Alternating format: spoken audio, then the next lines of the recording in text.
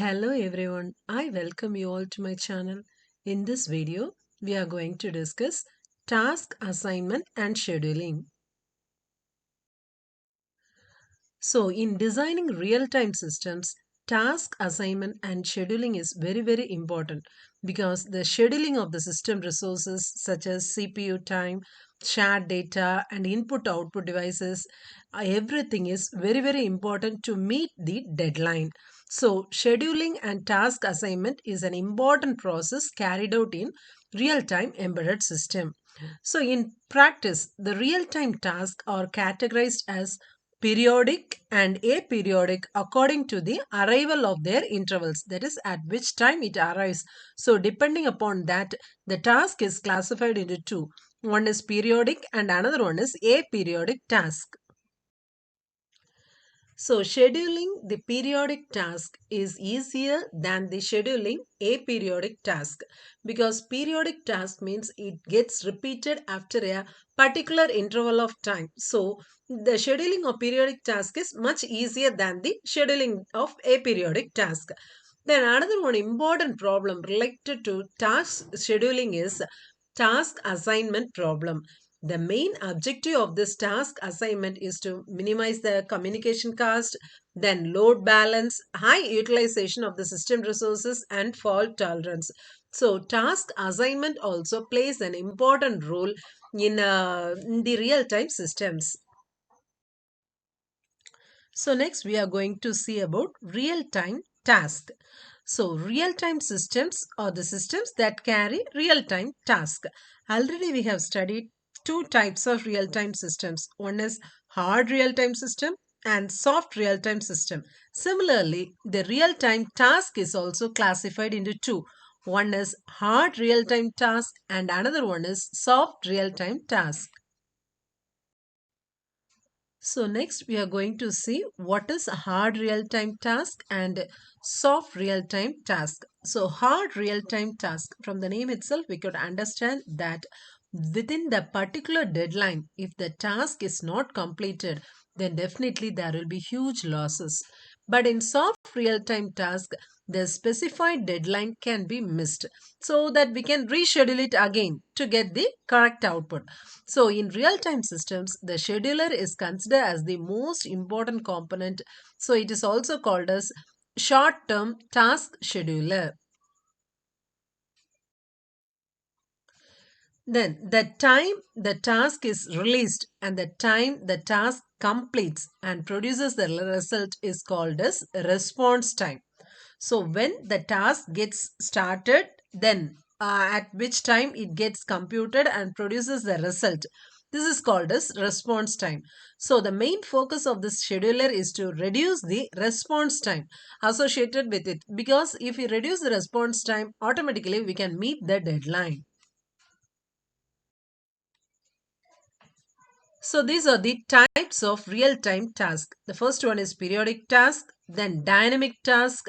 There are two types, aperiodic task and sporadic task, then critical task, non-critical task. So first we are going to see about periodic task. So from the name itself we could understand that it repeated periodically. So here in this example we are considering three tasks. That is, the same task is repeated three times. So task with period is 8 and execution time is 5. So 0 to 8 is one period and the execution time is 5. So after completing this, again after 8, the task again gets repeated, that is T2. So again it takes 5 milliseconds or microseconds, whatever we are using. So 5 time units to complete the task, and then totally 8 time units for one period. Then again it gets repeated. Like that it goes on. So this is called as periodic task. So the next one is dynamic task. So dynamic task is classified into two, aperiodic task and sporadic task. So this is otherwise called as aperiodic. That means random in nature. The task arrival time will be random in nature. So it is classified based on the criticality and knowledge of the occurrence of periods, that is at which time the job occurred, at which time the task should be executed. So depending upon that only we will be deciding. So a periodic task means here the jobs are released at arbitrary time intervals, that is in random nature. But here one thing is the deadlines are soft. So the deadlines will not be applied for aperiodic jobs. If we go for sporadic task, this is also similar to aperiodic task, but the main difference is here they have strict deadlines. That means hard deadlines is applicable for sporadic task. So next one is critical task. So critical task means it should have critical deadline. So if the deadline is missed, then definitely there will be hazardous dangers will occur. So here the critical task must be executed at very high frequency. The next one is non-critical task. So as the name suggests, it must be completed in real time. That's all. So that deadline, it should meet the deadline. That is not a critical thing here. So the next one is scheduling. Scheduling is very, very important because whenever a task arrives or it starts executing, it should use the CPU resources correctly. So the scheduler will does this job. So it is called as a scheduler or a short-term scheduler. So the CPU scheduler selects a process from the main memory which is in ready stage, then which is ready for execution, and allocates the CPU to that process so that till that process completes, it will utilize the resources of CPU. So next we are going to see the scheduling algorithms. The first one is static table driven approach. So static means this algorithm usually performs static analysis. That means before runtime, before the execution of the task, the scheduling will be performed. So this will give the task at which time it should start its execution. So this is called a static table driven approach. The next one is static priority driven preemptive approach. So this is also based on static analysis only, but here the priority will be given. That is at which task should be scheduled first, or the task which has the highest priority will be executed first. So the priority will be given here. So the next one is dynamic planning based approach. So this is based on dynamic, that is at during the runtime only the scheduling process will be carried out. So this is called as dynamic planning based approach. Then the next one is dynamic best effort approach. So these types of approaches consider deadlines instead of feasible schedules. So here the deadlines are considered. This is called as dynamic best effort approach. So the next one is preemptive scheduling. So in preemptive scheduling, a priority level will be given to each task.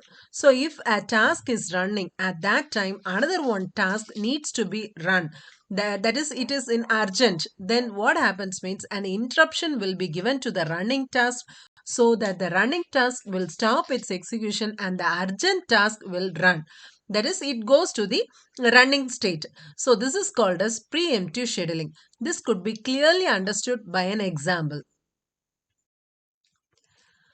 Consider there are three tasks. Task 1, Task 2, Task 3. So task 1, arrival time is 10 microseconds. Then execution time is 50 microseconds. Task 2, 40 microseconds. Then execution time 50 microseconds. Task 3, 60 microseconds. Then execution time is 40 microseconds. Now, here first task. So for task 1 has the highest priority. That is task 1, 10 microseconds. So at 10 microseconds, task 1 starts its execution. So total execution time is 50 microseconds. But it executes only 10, 20, 30 microseconds. Because at 40, task 2 should be run. So task 2 should start at 40. So this task 1 execution process will be terminated. Then task 2 execution process will be started. So again, for task 2, we are need of 50 microseconds. That is execution time. But here again 20 microseconds only task 2 gets executed, because at 60 microseconds task 3 needs to start, because for task 3 60 microsecond is the arrival time. So at 60 microsecond task 3 starts its process. Now the task 3 completes its process, that is 40 microseconds. So here at 100 it will complete its task, that is task 3 will be completed. So again, the task 2 will be executed, because task 2 totally 50 microseconds, already 20 microseconds have completed. Now the remaining 30 microseconds will be completed. So after executing task 2, the task 1 will be completed. That is first in the initially 30 microseconds completed. Now again 20 microseconds will be completed. So this is called as preemptive scheduling process. So this is just the explanation. First, task 1 starts its execution at the first time, that is t equal to 10 microsecond. Then task 2, t equal to 40. Then task 3 at t equal to 60. Like that it goes on. So the next one is called as non-preemptive scheduling. So in non-preemptive scheduling, the scheduler has more restricted control over the task. That is, if you are having 3 tasks, means first the task 1 will get completed. That is, completely it will be executed. After that only task 2 starts. Then after executing task 2, then task 3 will complete its process. The same example, consider task 1, task 2, task 3. So task 1 starts at 10 microseconds and it will complete its execution at 60. So at 60 microseconds, task 2 starts its process. Then after 110 microseconds, task 3 completes its process. That means after completing each task only, the next task can be executed.